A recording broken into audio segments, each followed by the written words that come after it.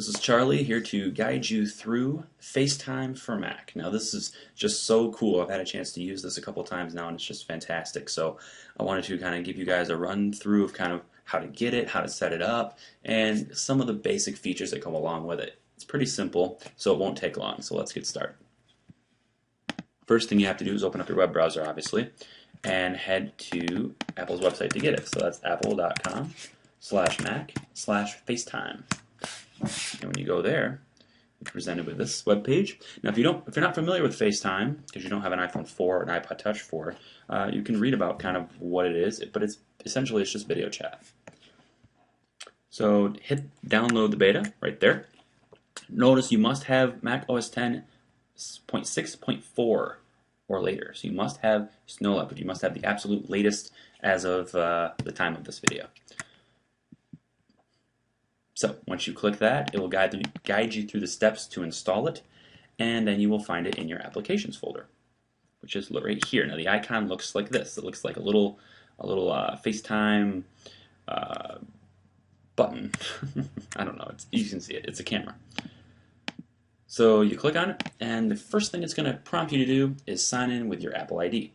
So if you have an Apple ID, sign in with it. If you don't have an Apple ID, go get one.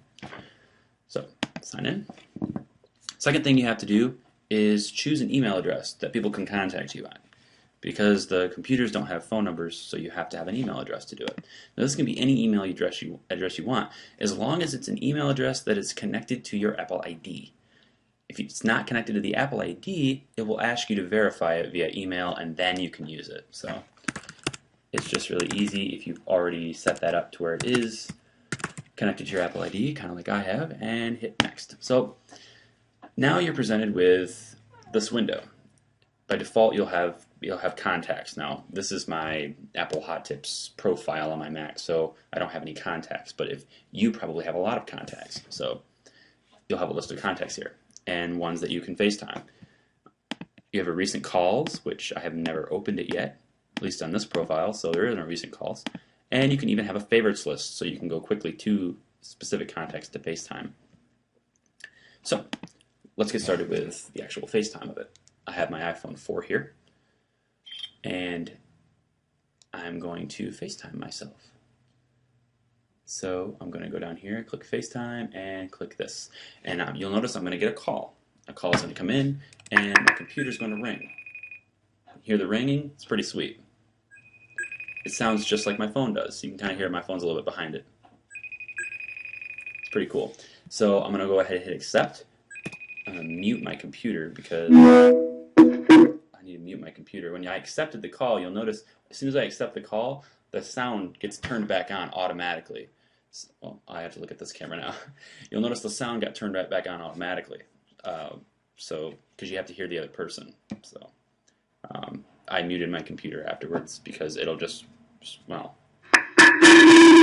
yeah, it's really, really bad because it echoes, because there's a mic right next to it. Anyway. So a couple of the features that happens with this FaceTime model. You can see I'm obviously on my phone. You can see it. If I rotate, for those of you who aren't familiar with FaceTime, if you rotate the phone, the image gets rotated on the computer screen as well, which is actually pretty cool. And again, cool. What else can we do? Well, obviously there's mute. There's full screen mode, which is cool. You just click this little button right here and puts you up in full screen mode. So again, but that's pretty much all it is. This is the purpose of this application, is just a video chat. So there really aren't any really huge features. The one thing that I really like about it, though, and I'm going to end the call. The one thing I really like about this, though, is that you don't have to have FaceTime open to FaceTime. Let me explain. I'm going to close out FaceTime. It's completely gone. It's not on my dock anymore. It's closed. However, I'm still signed in because I'm signed in with an Apple ID, with MobileMe, blah blah blah. I don't even know if MobileMe is included in this. I really don't. You don't even need MobileMe to do this, so ignore that part. But it's still signed in, even though the app is closed. So I'm going to go ahead and FaceTime again, and you'll notice it will. It needs to be quieter. This is too loud. You'll notice when I do this, FaceTime will open itself right around here. It'll open itself and say, "Yo, you got a call." I'll say, whoa, I do have a call from myself. That's awesome. Go ahead and accept the call, and voila, voila, and I'm back. Pretty cool. So you don't have to be on FaceTime or have it open to accept a call. It's pretty sweet. So yeah, now that you all know my Apple ID for my Hot Tips account, I'll be expecting people to FaceTime me for questions, but don't do it often. Okay? Thanks. Bye-bye.